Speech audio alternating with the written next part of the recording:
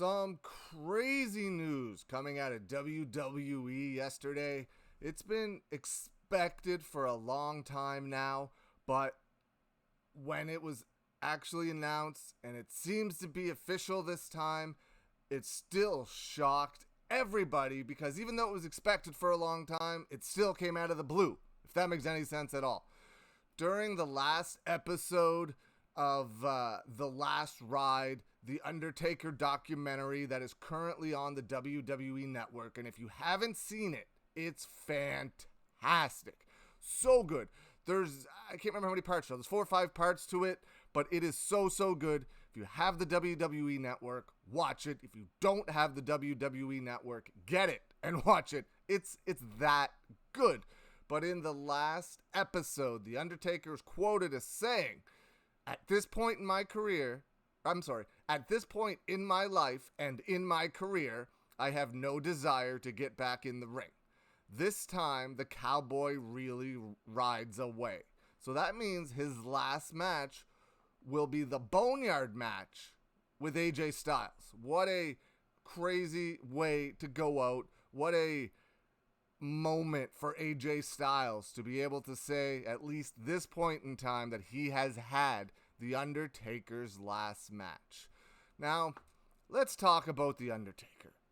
This guy's been in WWE since 1990, right? Won his first WWF, at that point, championship against Hulk Hogan at Survivor Series 1991. 1991, that's 29 years ago, he won his first WWE championship.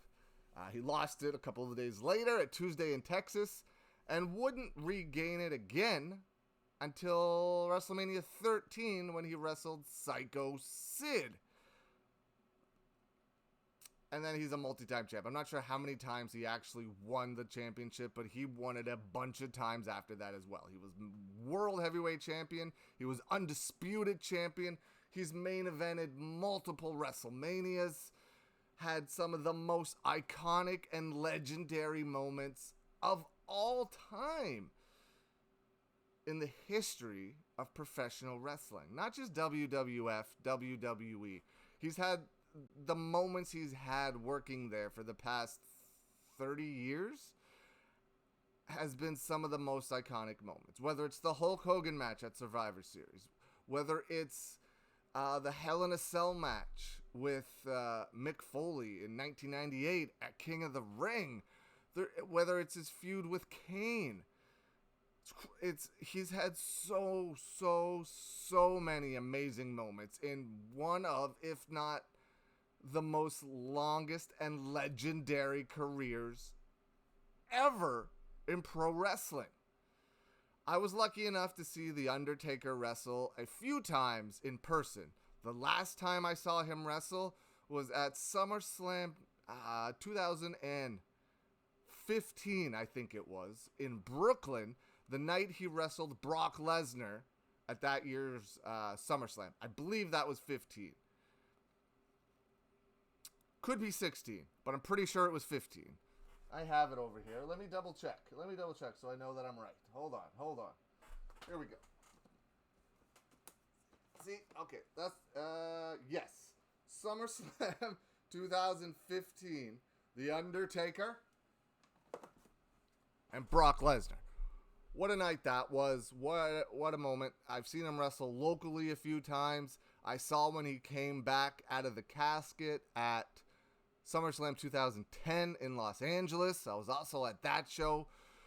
And the other times I would have seen him wrestle would be house shows, I believe. I may have seen him on a Raw or SmackDown as well over the years. But I've been to a lot of WWE shows, so it's hard to remember each and every one. But I have been lucky enough to see him a few times.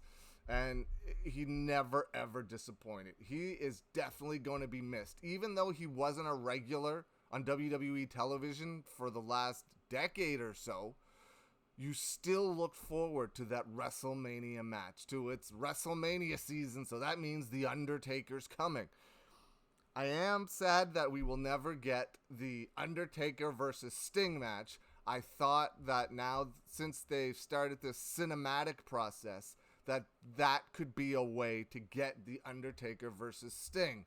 But I've read a few places that now people are thinking that The Undertaker versus Sting is best left in your minds. I don't know.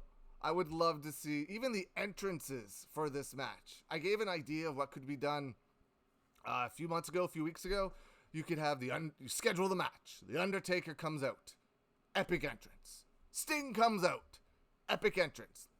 They square off. You get that face-to-face confrontation that we want. And then some new random tag team's music hits or two guys come out and like, this is our time, blah, blah, blah. And then Undertaker and Sting turn and chokeslam and Scorpion Death Drop, whoever it is that comes out. They have a quick little tag match where Undertaker and Sting just go over and then they celebrate together, getting that WrestleMania moment. I think that would be a cool idea to send both of them off, but who knows? We still may get that because you never know. Nothing is forever in professional wrestling, but because even Shawn Michaels came back and had one more match. Edge is back now after 9 years. So if this is the end for The Undertaker, I want to say personally, thank you, Undertaker. You've been part of my wrestling life, part of my following wrestling since I was a child.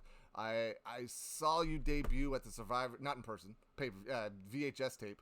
I saw you debut at the Survivor Series 1990 when I rented that VHS tape, and I've been like, I don't even have the right word. I've been so into everything The Undertaker has done over the years. There's nothing he's done where I've been like, that I can think of anyway. I'm sure there was some things that he's done where I've been like, ooh, because everybody has those moments, but he's done so much amazing things that you don't even remember the one or two things that weren't great that he's done. Just such an amazing talent, such a legendary career. And I want to end this video with saying, thank you, Undertaker. Thank you for the moments. Thank you for the memories. I hope that you have a tremendous, tremendous rest of your life with your wife and children, your family. And I hope you make an appearance every now and again, because we need to see The Undertaker at some point in time. Even if it's just a couple times a year for like to come out and cut a promo on Raw or something. We need The Undertaker. But thank you, Undertaker, for the last 30 years of your amazing professional wrestling, your amazing WWE, WWF career.